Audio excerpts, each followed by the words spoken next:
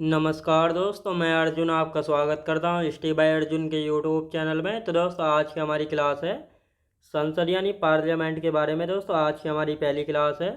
तो दोस्तों, वीडियो को अंत तक जरूर देखना ताकि सभी क्वेश्चन जो है आपको आसानी से याद हो जाएं। साथ ही दोस्तों, अगर आप हमारे चैनल पर पहली बार आएँ तो हमारे चैनल को भी सब्सक्राइब कर लीजिएगा।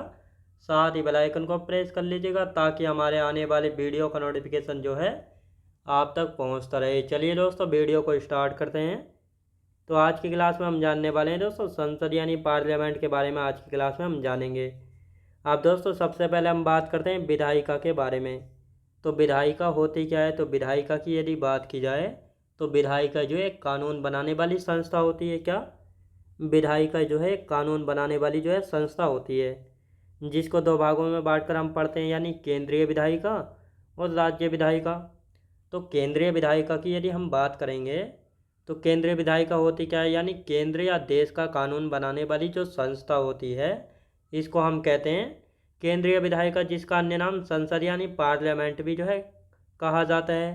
तो आप सभी को पता है, यानी देश का कानून बनाने के लिए जो है पार्लियामेंट यानी संसद के जो दो सदन होते हैं, इनके द्वारा जो है कोई बिल जो है पास किया जाता है, दोनों सदनों से पास होता है और इसके बाद जो है राष्ट्रपति के पास जाता है।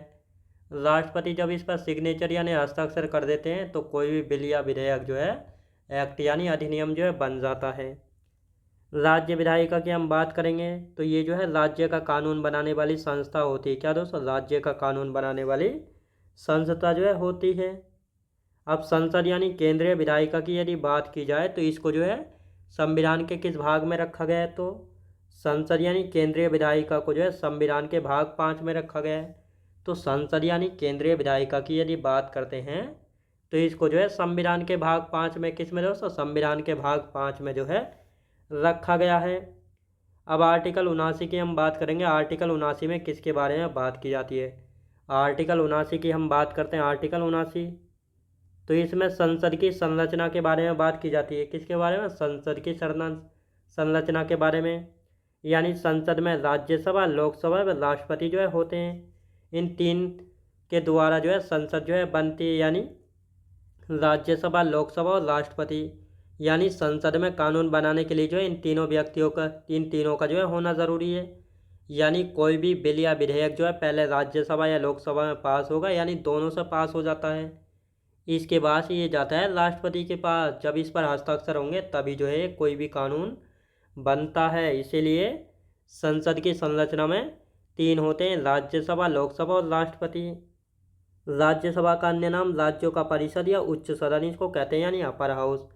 लोकसभा को आम सदन, लोगों का सदन या निम्न सदन इसको जो है कहते हैं। तो ये आपको अच्छे से यहाँ पे याद रखना है।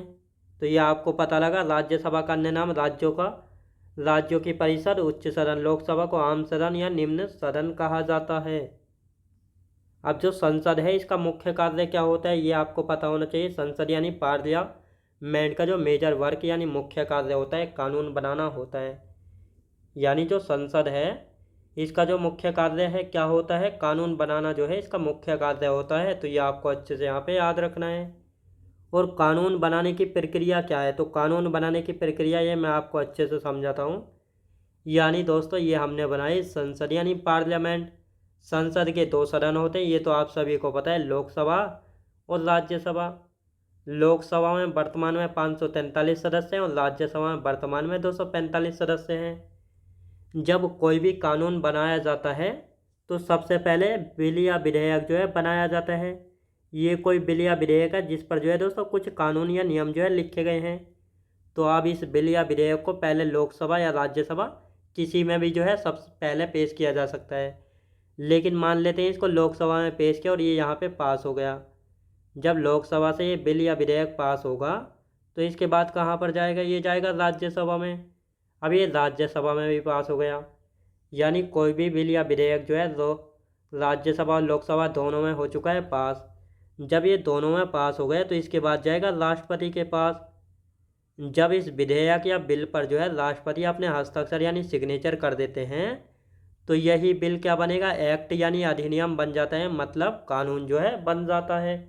तो ये आपको समझ आया होगा कानून बनाने की प्रक्रिया क्या है। पहले कोई भी बिल या विधेयक तैयार किया जाता है, फिर ये लोकसभा और राज्यसभा से पेश होता है। इसके बाद राष्ट्रपति के पास जाता है, राष्ट्रपति इस पर हस्ताक्षर करते हैं, तभी ये बिल या विधेयक जो है, कानून या एक्ट जो है बन जाता है। तो ये आपको अच्छे से समझ आया होगा। राज्यसभा को उच्च सदन व लोकसभा को निम्न सदन क्यों कहते हैं? तो दोस्तों, राज्यसभा और लोकसभा को उच्च सदन व निम्न सदन क्यों कहते हैं, ये भी आपको पता होना चाहिए, क्योंकि जो वास्तविक शक्तियाँ होती हैं लोकसभा के पास होती हैं और राज्यसभा के पास जो है वास्तविक शक्तियाँ नहीं होती हैं, लेकिन फिर भी राज्यसभा को उच्च सदन कहा जाता है और लोकसभा को जो है निम्न सदन कहा जाता है। ये अंतर क्यों है, तो इसको हम सबसे पहले आप समझेंगे। अब यहाँ पे हम बात करेंगे भारत में जो संसदीय व्यवस्था है ये कहाँ से प्रेरित है? ब्रिटेन से। भारत में जो संसदीय व्यवस्था है इसको ब्रिटेन से लिया गया है। जब ब्रिटेन की संसद की हम बात करते हैं तो ब्रिटेन की संसद के भी जो है दोस्तों क्या है, दो हाउस हैं, यानी हाउस ऑफ कॉमन जिसको HOC, हाउस ऑफ लॉर्ड्स यानी HOL यानी उच्च सदन कहा जाता है। जिस प्रकार भारत में जो है दोस्तों दो सदन है, उसी प्रकार संसद की, ब्रिटेन की संसद के भी दो सदन हैं। एक सदन होता है हाउस ऑफ कॉमन्स जिसको HOC, दूसरा सदन होता है हाउस ऑफ लॉर्ड्स जिसको HOL कहा जाता है। अब जो हाउस ऑफ कॉमन्स होता है इसको हम कहते हैं निम्न सदन, यानी जो हाउस ऑफ कॉमन्स होता है इसमें जो सदस्य आते हैं इनको निर्वाचित करके यानी चुनकर जो है आते हैं।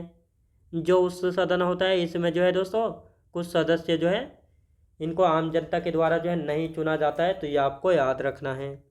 तो अब इसी प्रकार जो है जिस प्रकार ये हाउस ऑफ कॉमन्स है उसी प्रकार हमारी लोकसभा है, और जिस प्रकार ये उच्च सदन है इसी प्रकार ये हमारी राज्यसभा है।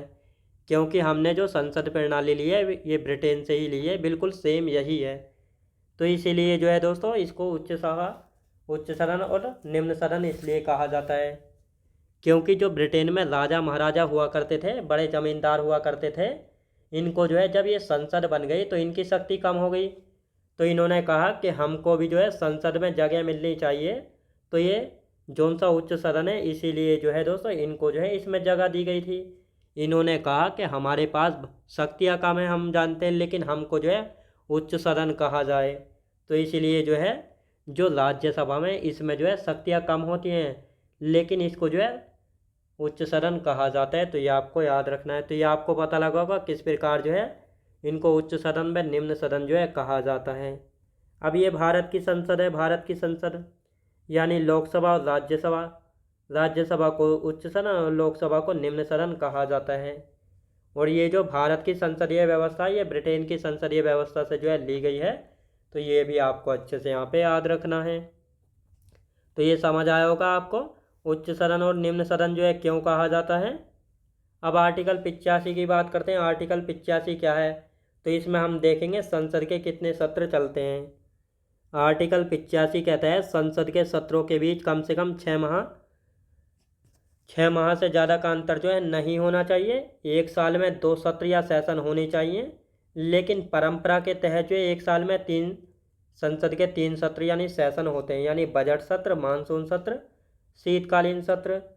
सत्र की शुरुआत राष्ट्रपति के द्वारा संसद के सत्र की शुरुआत की जाती है। सत्रावसान यानी राष्ट्रपति के द्वारा संसद के सत्रों को समाप्त किया जाता है। तो अब इनको हम समझते हैं एक एक करके। आर्टिकल 85 कहता है जो संसद यानी पार्लियामेंट है इसके सत्रों के बीच जो है कम से कम 6 माह का अंतर होना चाहिए, इससे ज़्यादा का जो है नहीं होना चाहिए, यानी ज़्यादा से ज़्यादा जो है 6 माह का अंतर जो है होना नहीं चाहिए। तो ये आपको याद रखना है। और एक साल में जो है संसद के 2 सत्र यानी सेशन होते हैं। संसद के सत्र क्या होते हैं, यानी जब लोकसभा और राज्यसभा दोनों बैठती हैं संसद में तो उनको मीटिंग या सेशन जो है कहते हैं। लेकिन वर्तमान की हम बात करते हैं तो संसद के 3 सत्र होते हैं, यानी 3 बैठक। कौन कौन से होते हैं? बजट सत्र होता है जो कि फरवरी मई में, क्योंकि दोस्तों इनकी डेट जो है फिक्स नहीं होती है। मानसून सत्र जुलाई से सितंबर तक माना जाता है। शीतकालीन सत्र जो है नवंबर से दिसंबर तक जो है माना जाता है। यानी परंपरा के अनुसार जो है भारत में 3 सत्र यानी सेशन होते हैं, बजट सत्र, मानसून सत्र और शीतकालीन सत्र होता है। सत्र की शुरुआत, अब सत्र यानी सेशन की शुरुआत की यदि हम बात करेंगे, जो ये संसद के 3 सत्र होते हैं तो इनकी जो शुरुआत कराते हैं, कौन कराते हैं? तो राष्ट्रपति के द्वारा संसद की सत्र की शुरुआत होती है। अब जैसे मान लेते हैं बजट सत्र शुरू होना है 1 फरवरी से, तो बजट सत्र जब 1 फरवरी से शुरुआत होता है, ये केवल एग्जाम्पल के तौर पर मान लेते हैं हम। बजट सत्र कब शुरू होता है? 1 फरवरी से शुरू होता है। तो इस बजट सत्र की जो शुरुआत है कौन कराएंगे? राष्ट्रपति कराते हैं। सत्रावसान की हम बात करेंगे, राष्ट्रपति के द्वारा संसद के सत्र को समाप्त किया जाता है। अब बजट सत्र मान लो 1 फरवरी को ये शुरू हुआ, तो इसकी शुरुआत राष्ट्रपति ने कराई, लेकिन जब ये 31 मई को समाप्त हुआ तो इसकी समाप्ति भी कौन कराता है, या सत्रों का सत्रावसान कौन कराता है? तो राष्ट्रपति के द्वारा ही जो है कराया जाता है। चाहे अब राष्ट्रपति के द्वारा जो है संसद की शुरुआत, सत्र की शुरुआत या सत्रावसान कौन कराते हैं? राष्ट्रपति ही जो है कराते हैं। तो ये आपको अच्छे से यहाँ पे याद रखना है। तो ये थी आज की हमारी क्लास। अब इससे आगे का जो बचा हुआ है इसको हम कल की क्लास में कंटिन्यू करेंगे। तो दोस्तों मैं उम्मीद करता हूँ आपको वीडियो क्वालिटी, कंटेंट वगैरह सभी कुछ आपको पसंद आया होगा। पसंद आया तो लाइक शेयर और सब्सक्राइब करना बिल्कुल भी ना भूलें। साथ ही दोस्त अगर आप हमारे चैनल पर पहली बार आएँ तो हमारे चैनल को भी सब्सक्राइब कर लीजिएगा, साथ ही बेल आइकन को प्रेस कर लीजिएगा, ताकि हमारे आने वाले वीडियो का नोटिफिकेशन जो है आप तक पहुंचता रहे। चलिए दोस्तों मिलते हैं नेक्स्ट वीडियोज़ में।